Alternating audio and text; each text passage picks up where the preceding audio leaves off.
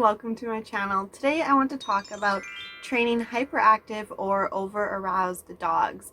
Now I have a dog that is a mix. She's a border collie, blue heeler, and Australian shepherd. So these three breeds are all considered to be very active dogs. And dogs that have a very high IQ, like border collies, are often considered very easily trained but also hard to manage at the same time because they can become over aroused easily and they're often considered difficult to manage even though they are easy to train. These kinds of dogs are often always thinking, they're always on the go, they always want to be having fun, they don't like to just sit and relax.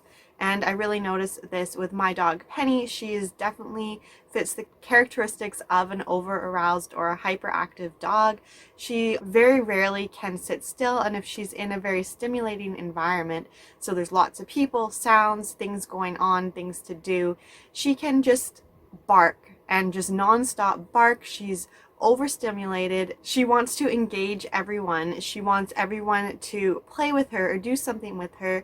She can't just seem to relax. She's always anticipating, she's always thinking, she's always wondering, she's always curious. And she has a really great memory of people, events, objects and places, sounds that trigger things in her and get her excited. So she's easily excited and she's just always looking for fun. So she's always like, what's that? Let's explore, let's have fun, let's go, go, go.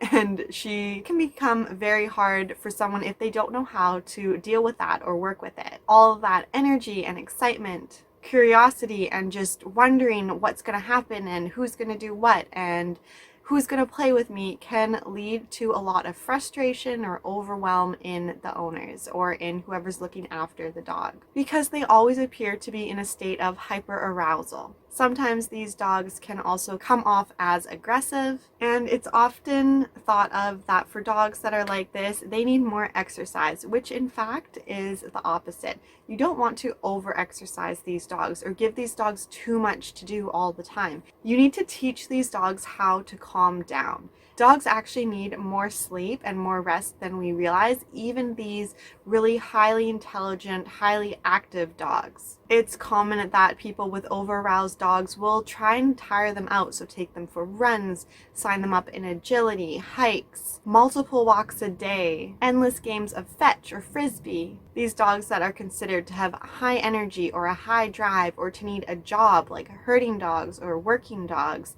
when these dogs aren't doing their job that they're bred to do when we bring them into our homes, the owners are often told that they need to exercise their dog a lot more, which is true. The dogs do need exercise, and dogs that do need a job or enjoy having a job do really love hard exercise. They love to run, they love to play frisbee. So as owners, we give that to them to tire them out, and they seem to really enjoy it. They become obsessed with their ball, which Penny is slightly obsessed with her ball, and I need to take it away sometimes to show her that now is time to rest. And if she's outside in the backyard, she needs to have her ball, and she's constantly asking someone to throw it for her. And this often creates a cycle, and what's missing from the cycle is teaching your dog to settle, teaching your dog how to rest, teaching your dog how to play by themselves or entertain themselves if you're busy. Or what can often happen is that these dogs are taught to force rest, so they're put in a cage or a kennel and they're not actually resting because they're over aroused while they're forced rest. You want to teach these dogs to actually genuinely rest. Forced rest can also mean tiring them out, so getting them so tired that they have to rest. These hyperactive dogs, or these dogs that are considered to be hyperactive, are actually in fact more likely to be hyper aroused, which means that they're overstimulated. There's a lot going on. They're unable to calm themselves down. They get overexcited when they're meeting people or dogs or other animals. They are unable to focus. They're constantly asking you for attention by either pawing at you or dropping toys in your lap or barking at you. They always need attention. They always need someone to do something with them. And they usually get what they want if they're barking or bothering you, because it's easier to throw the ball than to teach them how to settle or to take the time to see what's really going on there. All dogs, when they engage in activities that are really exciting for them, like going to the dog park and playing with other dogs, or playing fetch, or herding, or agility, anything that dogs really do love and enjoy doing, which is great and dogs should be doing, but when they do these activities, they become very excited, and the chemicals in their brain can actually make these activities addictive, which these dogs that are over aroused or hyperactive, they are addicted to these activities. And it's an addiction that you need to break, because it's not healthy for these dogs to be in this constant state of hyper arousal. It's very stressful for them, even if it looks like they're having fun and they're playing and you want to take your dog out to exercise them and over exercise them so they can come home and sleep and relax, which is something that I often hear from owners of border collies or herding dogs that don't live on a farm, that don't do their regular job. The owners are often taking them out on really long walks and running them to tire them out so that they can relax at home. But as I mentioned, this is an unhealthy way for your dog to live, which can actually be very upsetting, because it's something that we think we're doing good for our dogs. Some signs of hyper-aroused dogs are excessive panting, destructive, so destroying pillows and cushions and walls, things like that when you're not home or when they're put in a small space. Dogs that are unable to focus, so they can't hear their name, or things that you know that they can do, like sit, they all of a sudden seem to forget when they're in a certain environment or there's something really exciting going on. They seem to not be able to hear you, so they're unable to focus. Dogs that will snatch the treat out of your hand or grab really aggressively. They're overexcited, which I've noticed happens when I'm training a dog, and if training is going on for a bit too long, at first they're gently taking the treat, the reward, and over time they start to kind of nip my hand a bit. That means that they've had enough, they're over aroused, it's time to stop, they need a break, they need a nap. Or mounting quite a bit or jumping often. Those are all signs that your dog is very excited. And of course, all dogs are going to have these behaviors, but are they able to be excited, realize they're excited, and then calm themselves down?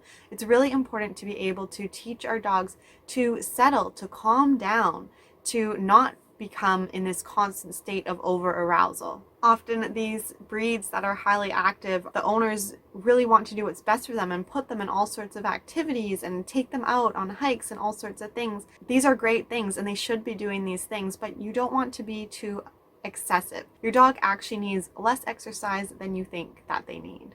And if you do this a lot when they're young, they will, like I said, become addicted to it and need more and more and more. So instead of over-exercising your dog, give your dog mentally stimulating activities in addition to exercise. And also teach your dog to settle. Give your dog a large chunk of the day where they can just relax. And relax with you, not when they're always just alone. You want them to be able to relax together with you. It can be a challenging process to start to minimize the exercise that you give your dog if you have been giving your dog quite a bit of exercise or over-exercising them. Like I said, it's an addiction and you will have to go through like a withdrawal period with your dog, which your dog will seem to be very anxious and stressed and frustrated, and they will try anything. They can be very annoying, and it can be a difficult process to wind your dog back down and reduce their anxiety. Some great things for these dogs are meditating with your dog, doing T-touch or massage with your dog, cuddling with your dog. So of course there are different breeds and different personalities in dogs and different needs of each dog, but the max amount of exercise or not even exercise, just really active, excitable time, it shouldn't be more than about 2 hours at the very most. So very excitable time is when you get home from work or from being out and your dog is greeting you. This is maybe 10 minutes of being really excited. And when you take your dog out for a walk, this could be around half an hour to 40 minutes of being excited.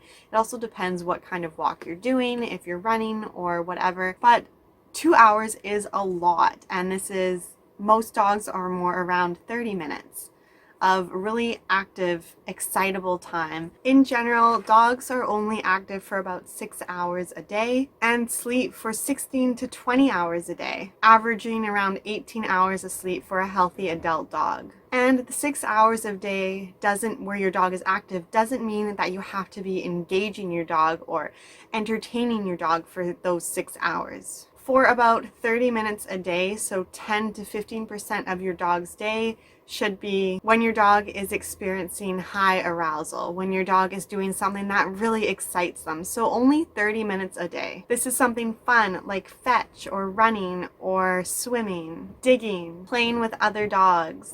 And then 35% of your dog's day, so for about 2 hours every day, your dog is doing lower active activities, mid-arousal activities. These can be the mentally stimulating games where your dog is thinking or sniffing or watching, doing puzzles or training obedience, those type of activities. And then 50% of your dog's day is very low activity, low arousal. Just napping, relaxing, settling, just being quiet. And different activities mean different things to different dogs. So get to know your dog, what is highly arousing for them, what they're really excited about, and what is calming for them. And teach your dog how to be calm.